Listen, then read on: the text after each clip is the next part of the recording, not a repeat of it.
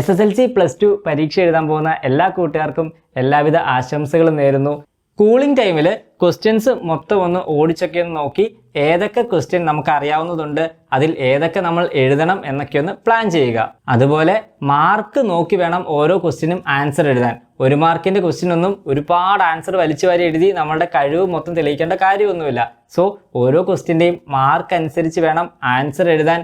മറ്റൊരു കാര്യം, ഒരുപാട് ക്വസ്റ്റ്യൻ ഉണ്ട് ക്വസ്റ്റ്യൻ പേപ്പറിനകത്ത്. നമ്മൾ ഇതെല്ലാം ഒന്നും എഴുതാൻ പോകുന്നതുമില്ല, ഓർഡറിലായിരിക്കത്തില്ല നമ്മൾ എഴുതുന്നതും. നമ്മൾ ഇടയ്ക്കുള്ള പല ക്വസ്റ്റ്യനും സ്കിപ്പ് ചെയ്തായിരിക്കും എഴുതുന്നത്. സോ നിങ്ങൾക്ക് കുറച്ച് കഴിയുമ്പോൾ ഏതൊക്കെ എഴുതി ഏതൊക്കെ എഴുതിയില്ല എന്ന് ഓർത്തിരിക്കാൻ വേണ്ടി ഓരോ ക്വസ്റ്റ്യൻ അറ്റൻഡ് ചെയ്യുമ്പോഴും ക്വസ്റ്റ്യൻ പേപ്പറിനകത്ത് ഒരു ടിക്ക് ഇട്ട് പോകുന്ന രീതി സ്വീകരിക്കുക. ഉദാഹരണത്തിന് 1ാമത്തെ എഴുതിയാൽ 1ന്റെ നേർക്ക് ടിക്ക് ഇടുക.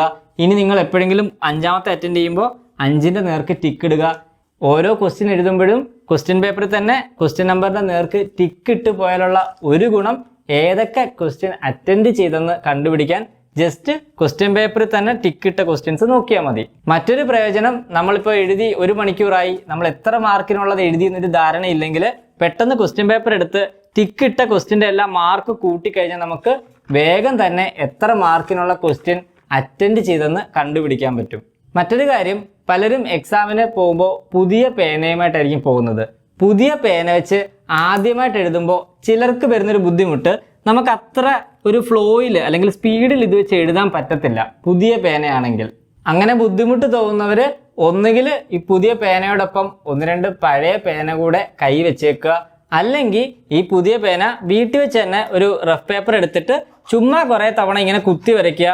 ഇങ്ങനെ കുറെ കുത്തി വരയ്ക്കുമ്പോൾ പുതിയ പേന വെച്ച് എഴുതുമ്പോൾ ആദ്യമായിട്ട് തോന്നുന്ന ആ ഒരു സ്റ്റക്ക് അങ്ങ് മാറിക്കിട്ടും. ഒരു തരത്തിൽ നോക്കിയാൽ എക്സാമിന്റെ കാര്യത്തിൽ നിങ്ങൾ നല്ല ലക്കിയാണ്. നിങ്ങൾക്ക് ഇരട്ടി മാർക്കിനുള്ള ചോദ്യങ്ങളാണ് വരുന്നത്.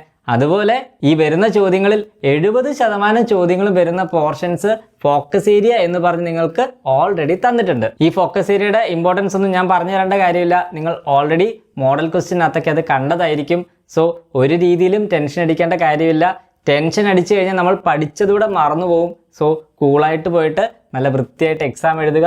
എല്ലാവർക്കും എക്സാം വളരെ ഈസി ആയിരിക്കട്ടെ എന്ന് വീണ്ടും ആശംസിക്കുന്നു. നമുക്ക് അടുത്ത വീഡിയോയിൽ കാണാം.